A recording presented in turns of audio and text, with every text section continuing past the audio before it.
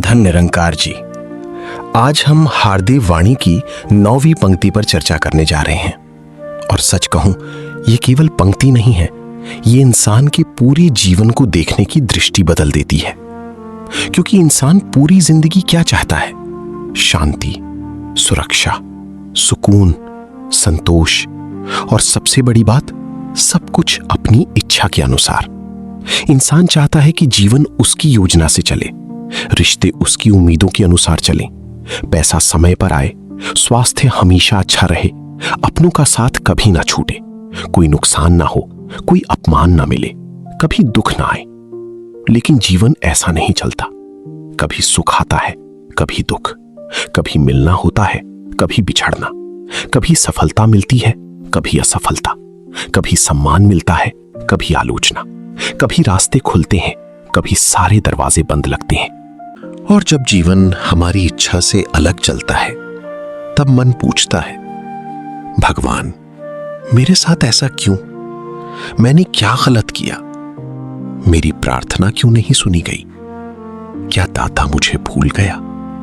लेकिन संतों की सोच अलग होती है। संत केवल दाता को नहीं मानते, संत दाता के विधान को भी स्वीकार करते हैं। संत केवल कृपा में खुश नहीं होते, संत रजा में भी राजी रहते हैं।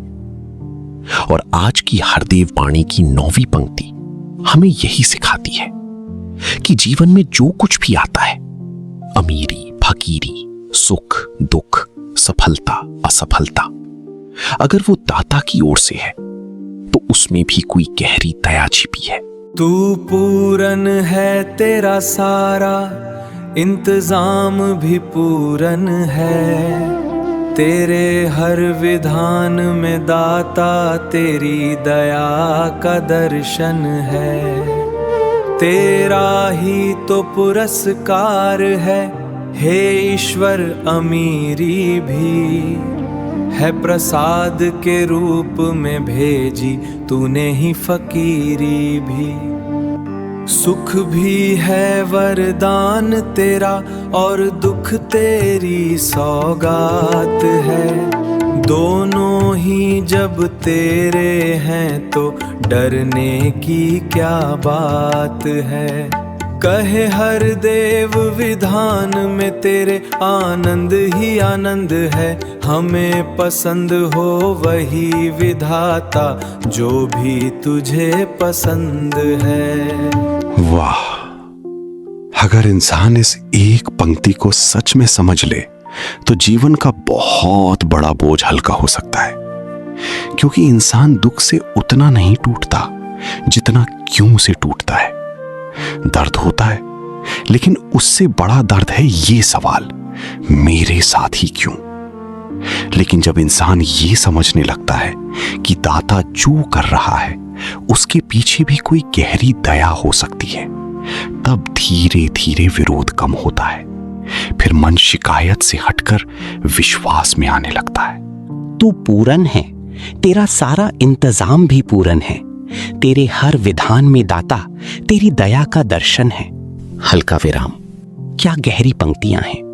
तू पूरन है यानी दाता अधूरा नहीं है, उसकी समझ अधूरी नहीं है, उसका निर्णय अधूरा नहीं है, उसका समय अधूरा नहीं है। लेकिन इंसान क्या करता है? एक छोटी सी घटना देखकर कह देता है सब गलत हो गया। क्योंकि इंसान केवल एक पन्ना देखता है, दाता पूरी किताब देख रहा होता है। मैंने एक घटना सुनी थी। एक आदमी अपने बेटे के साथ ट्रेन पकड़ने जा रहा था। बहुत जरूरी इंटरव्यू था। अगर वो नौकरी मिल जाती तो उसकी जिंदगी बदल सकती थी। वो जल्दी जल्दी स्टेशन पहुंचे, लेकिन ट्रेन निकल गई। उस आदमी ने वहीं स्टेशन पर बैठकर सिर पकड़ लिया। गुस्सा, दुख, निराशा। वो बार बार यही कह रहा था, भगवान मेरे साथ हमेशा ऐसा क्यों करता है? उसका छोटा बेटा चुपचाप उसे देख रहा था। करीब 1 घंटे बाद खबर आई, वही ट्रेन रास्ते में दुर्घटनाग्रस्त हो गई। भावुक विराम। उस आदमी के हाथ कांपने लगे, आंखों से आंसू निकल आए। अब वही इंसान जो भगवान से शिकायत कर रहा था, वहीं स्टेशन पर बैठकर रोते हुए कह रहा था, दाता मुझे माफ कर देना, मैं तेरा निर्णय समझ नहीं पाया। यही तो बात है। जिस घटना को इंसान उस समय दुर्भाग्य समझ रहा था, वही उसकी रक्षा बन गई। लेकिन समस्या क्या है? इंसान इंतजार नहीं करता, वो तुरंत फैसला कर देता है, ये अच्छा है, ये बुरा है। और संत क्या कहते हैं? वो कहते हैं, रुक, अभी पूरी कहानी बाकी है। आज कितने लोग एंजाइटी में हैं? क्यों? क्योंकि हर इंसान भविष्य को पकड़ कर रखना चाहता है। उसे सब कुछ निश्चित चाहिए। कौन साथ रहेगा, कितना पैसा होगा, भविष्य कैसा होगा। लेकिन जीवन कभी गारंटी नहीं देता। और जहां नियंत्रण खत्म होता है, वहीं विश्वास शुरू होना चाहिए। एक मां थी, उसका बेटा विदेश जाना चाहता था। मां कहती थी, बेटा यहां भी जिंदगी बन सकती है। लेकिन लड़का नहीं माना, वो चला गया। पहले कुछ महीने सब ठीक रहा, फिर धीरे धीरे वो गलत संगत में पड़ गया। शराब, अकेलापन, डिप्रेशन। एक दिन उसने मां को फोन किया और रोने लगा। मां ने सिर्फ एक बात कही, बेटा जब तू जा रहा था तब मैं बहुत रोई थी। मुझे समझ नहीं आ रहा था कि भगवान तुझे इतनी दूर क्यों भेज रहा है। लेकिन आज समझ आया, दाता तुझे गिरने नहीं, जगाने भेज रहा था। कई बार दाता इंसान की इच्छा पूरी नहीं करता, क्योंकि वो उसकी प्रार्थना से ज्यादा उसकी जरूरत जानता है। इंसान छोटी चीज मांग रहा होता है और दाता उसे किसी बड़े नुकसान से बचा रहा होता है। असल में इंसान दुखी घटना से कम अपने टूटे हुए कंट्रोल से ज्यादा दुखी होता है। उसे लगता है मेरे अनुसार क्यों नहीं हुआ। लेकिन भक्ति का अर्थ क्या है? दाता जैसा तू ठीक समझे। तेरा ही तो पुरस्कार है हे ईश्वर, अमीरी भी है प्रसाद के रूप में भेजी, तूने ही फकीरी भी। ये पंक्तियां इंसान के अहंकार को तोड़ देती हैं। आज इंसान अमीरी को अपनी मेहनत का परिणाम मानता है। वो कहता है, मैंने मेहनत की इसलिए मैं सफल हुआ। लेकिन मेहनत तो लाखों लोग करते हैं। हर किसी को समान परिणाम क्यों नहीं मिलता? क्योंकि मेहनत के साथ दाता की मेहर भी चाहिए। सही समय, सही अवसर, सही लोग, सही स्वास्थ्य, ये सब उसी की देन है। एक व्यापारी था, बहुत गरीब परिवार से उठा था। धीरे धीरे मेहनत करके करोड़पति बन गया। शुरुआत में वो बहुत विनम्र था, मंदिर जाता, लोगों की मदद करता। लेकिन धीरे धीरे पैसा बढ़ा और साथ में अहंकार भी बढ़ गया। अब वो गरीब रिश्तेदारों से मिलने में शर्म महसूस करता था। घर में गुस्सा बढ़ गया, बात बात पर कर्मचारियों को अपमानित करता। उसे लगता था मैंने सब खुद किया। फिर अचानक व्यापार में भारी नुकसान हुआ, कर्ज बढ़ गया, लोग दूर होने लगे। जो लोग पहले उसके आगे पीछे घूमते थे, अब फोन तक नहीं उठाते थे। एक रात वो अकेला बैठा रो रहा था। तभी उसकी बूढ़ी मां उसके पास आई। मां ने सिर्फ इतना कहा, बेटा जब तेरे पास कुछ नहीं था तब तू इंसान था। जब सब कुछ आया तब तू खुद को भगवान समझने लगा। शायद दाता तुझे वापस इंसान बना रहा है। लंबा भावुक विराम। कभी कभी नुकसान सजा नहीं होता, वो अहंकार का इलाज होता है। आज सोशल मीडिया ने तुलना बहुत बढ़ा दी है। कोई नई कार दिखा रहा है, कोई विदेश यात्रा, कोई आलीशान घर, और इंसान धीरे धीरे अपनी जिंदगी से असंतुष्ट होने लगता है। लेकिन कोई ये नहीं दिखाता कि अंदर कितनी बेचैनी है। कितने लोग रात को सो नहीं पाते, कितने लोग अकेलेपन में टूट रहे हैं। कितने लोग मुस्कुराहट के पीछे दर्द छुपा रहे हैं। मैंने एक गरीब परिवार देखा था। घर बहुत छोटा था, बारिश में छत टपकती थी, लेकिन रात को सब साथ बैठकर खाना खाते थे, हंसते थे, एक दूसरे की बातें सुनते थे। और मैंने एक अमीर परिवार भी देखा, बड़ा घर, महंगी गाड़ियां, लेकिन घर में महीनों तक कोई किसी से ठीक से बात नहीं करता था। मतलब असली अमीरी पैसे नहीं, दिल की शांति है। और असली फकीरी पैसों की कमी नहीं, अहंकार से खाली होना है। सुख भी है वरदान तेरा और दुख तेरी सौगात है। दोनों ही जब तेरे हैं तो डरने की क्या बात है। यहीं आकर इंसान की सबसे बड़ी परीक्षा शुरू होती है, क्योंकि इंसान सुख को तो भगवान का वरदान मान लेता है, लेकिन दुख को स्वीकार नहीं कर पाता। हाँ, सुख में इंसान कहता है दाता की कृपा, लेकिन दुख आते ही कहता है भगवान ने मेरे साथ ऐसा क्यों किया। एक पिता अपनी बेटी को साइकिल चलाना सिखा रहा था। बेटा बार बार गिर रहा था, घुटने छिल गए। वो रोकर बोला, पापा आप मुझे गिरने क्यों दे रहे हो। पिता ने उसे उठाया, गले लगाया और कहा, बेटा अगर आज गिरना नहीं सीखेगा तो जिंदगी भर चलना नहीं सीख पाएगा। ठीक वैसे ही कई बार जीवन के दुख हमें तोड़ नहीं रहे होते, हमें मजबूत बना रहे होते हैं। कई लोग रिश्ते टूटने के बाद पूरी तरह टूट जाते हैं, उन्हें लगता है जिंदगी खत्म हो गई।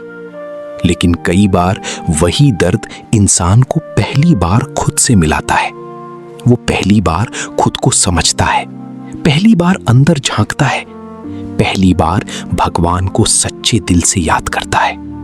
आज डिप्रेशन इतना क्यों बढ़ गया है? क्योंकि इंसान दुख को दुश्मन मानता है, वो तुरंत भागना चाहता है। लेकिन संत क्या कहते हैं? रुक, इस दर्द के पीछे भी कोई शिक्षा छिपी है। एक छोटा बच्चा अंधेरे रास्ते से डर रहा था। वो बार बार कह रहा था, पापा मुझे डर लग रहा है। पिता ने उसका हाथ पकड़ लिया। रास्ता वही था, अंधेरा वही था, लेकिन डर खत्म हो गया। क्यों? क्योंकि अब उसे रास्ते पर नहीं, पिता पर भरोसा था। भक्ति का अर्थ यही है, हालात बदलें या ना बदलें, विश्वास नहीं बदलना चाहिए। तू जब जब भी जो जो चाहे सो सो होता जाता है। तेरे आगे कभी किसी का जोर कहां चल पाता है। वाह, ये पंक्तियां इंसान के सबसे बड़े भ्रम को तोड़ देती हैं। वो भ्रम है सब कुछ मेरे कंट्रोल में है। इंसान सोचता है मैं योजना बनाऊंगा तो सब वैसा ही होगा, मैं मेहनत करूंगा तो परिणाम मेरी इच्छा से आएगा, मैं सब संभाल लूंगा। लेकिन सच क्या है? एक छोटी सी घटना पूरी जिंदगी बदल देती है। हाँ जी, इंसान 1000 योजनाएं बनाता है, लेकिन अंतिम निर्णय दाता के हाथ में होता है। हम प्लान बनाते हैं, दाता विधान बनाता है। हम रास्ता चुनते हैं, दाता मंजिल तय करता है। हम कोशिश करते हैं, दाता परिणाम देता है। एक पायलट था, बहुत सफल इंसान, लाखों की नौकरी, सम्मान, आत्मविश्वास। उसे लगता था कि जीवन उसके नियंत्रण में है। एक दिन उड़ान के दौरान अचानक उसकी तबीयत खराब हुई। इमरजेंसी लैंडिंग करनी पड़ी। डॉक्टरों ने कहा कि अब वो दोबारा पायलट नहीं बन सकता। उस दिन वो बहुत रोया। उसने कहा, मैं हजारों फीट ऊपर जहाज संभालता था, लेकिन अपनी धड़कन तक कंट्रोल नहीं कर पाया। यही तो जीवन की सच्चाई है। हम बाहर बहुत कुछ संभालते हैं, लेकिन सांस तक हमारी अपनी नहीं है। कोरोना के समय पूरी दुनिया ने ये बात देखी। बड़ी बड़ी देश रुक गए, हवाई जहाज बंद, सड़कें खाली, मंदिर, मस्जिद, गुरुद्वारे, चर्च, सब जगह सन्नाटा। जिस इंसान को लगता था कि विज्ञान से सब कुछ जीत लेंगे, वही इंसान एक छोटे से वायरस के सामने डर गया। और उस समय अमीर गरीब, राजा प्रजा, पढ़े लिखे अनपढ़, सब एक जैसे हो गए। किसी का पद काम नहीं आया, किसी का घमंड काम नहीं आया, किसी की दौलत मन की शांति खरीद नहीं पाई। तब इंसान को समझ आया कि अंतिम शक्ति किसी और की है। इंसान चांद तक पहुंच गया, तकनीक बहुत आगे बढ़ गई, लेकिन फिर भी इंसान मौत को नहीं रोक सकता, समय को नहीं रोक सकता, बुढ़ापे को नहीं रोक सकता, हर बीमारी को नहीं रोक सकता, हर रिश्ते को बचा नहीं सकता, हर नुकसान को टाल नहीं सकता, फिर भी अहंकार करता है। संत इसीलिए विनम्र रहते हैं। उन्हें पता होता है कि इंसान साधन बना सकता है, लेकिन सत्ता दाता की है। एक बच्चा था, उसे लगता था कि उसके पिता बहुत सख्त हैं। पिता उसे हर जगह जाने नहीं देते, कुछ दोस्तों से दूर रहने को कहते, रात को देर तक बाहर नहीं रहने देते। बच्चा सोचता, पापा मुझे समझते नहीं। कुछ साल बाद उसने देखा कि उसके कई दोस्त गलत संगत में चली गई, कुछ नशे में पड़ गए, कुछ जीवन से भटक गए। तब उसने पिता से कहा, पापा, जिस रोग को मैं सजा समझता था वही मेरी रक्षा थी। ठीक वैसे ही दाता कई बार हमें रोकता है। हम समझते हैं दाता मेरी इच्छा नहीं सुन रहा, लेकिन दाता कहता है मैं तुझे बचा रहा हूं। इसलिए इन पंक्तियों का अर्थ ये नहीं कि इंसान मेहनत छोड़ दे। संत आलस्य नहीं सिखाते। मेहनत करो, ईमानदारी से करो, निष्ठा से करो, लेकिन परिणाम से चिपक मत जाओ, क्योंकि अंतिम निर्णय उसी का है। भक्त की अवस्था यही है, दाता मैं कर्म करूंगा, लेकिन फल तेरी रजा पर छोड़ता हूं। कहे हर देव विधान में तेरे, आनंद ही आनंद है। हमें पसंद हो वही विधाता, जो भी तुझे पसंद है।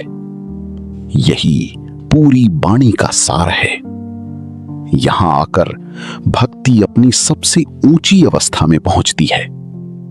पहले इंसान भगवान से कहता है, मेरी इच्छा पूरी कर। लेकिन जब मन परिपक्व होता है, तब प्रार्थना बदल जाती है। फिर भक्त कहता है, दाता मेरी इच्छा नहीं, तेरी इच्छा पूरी हो।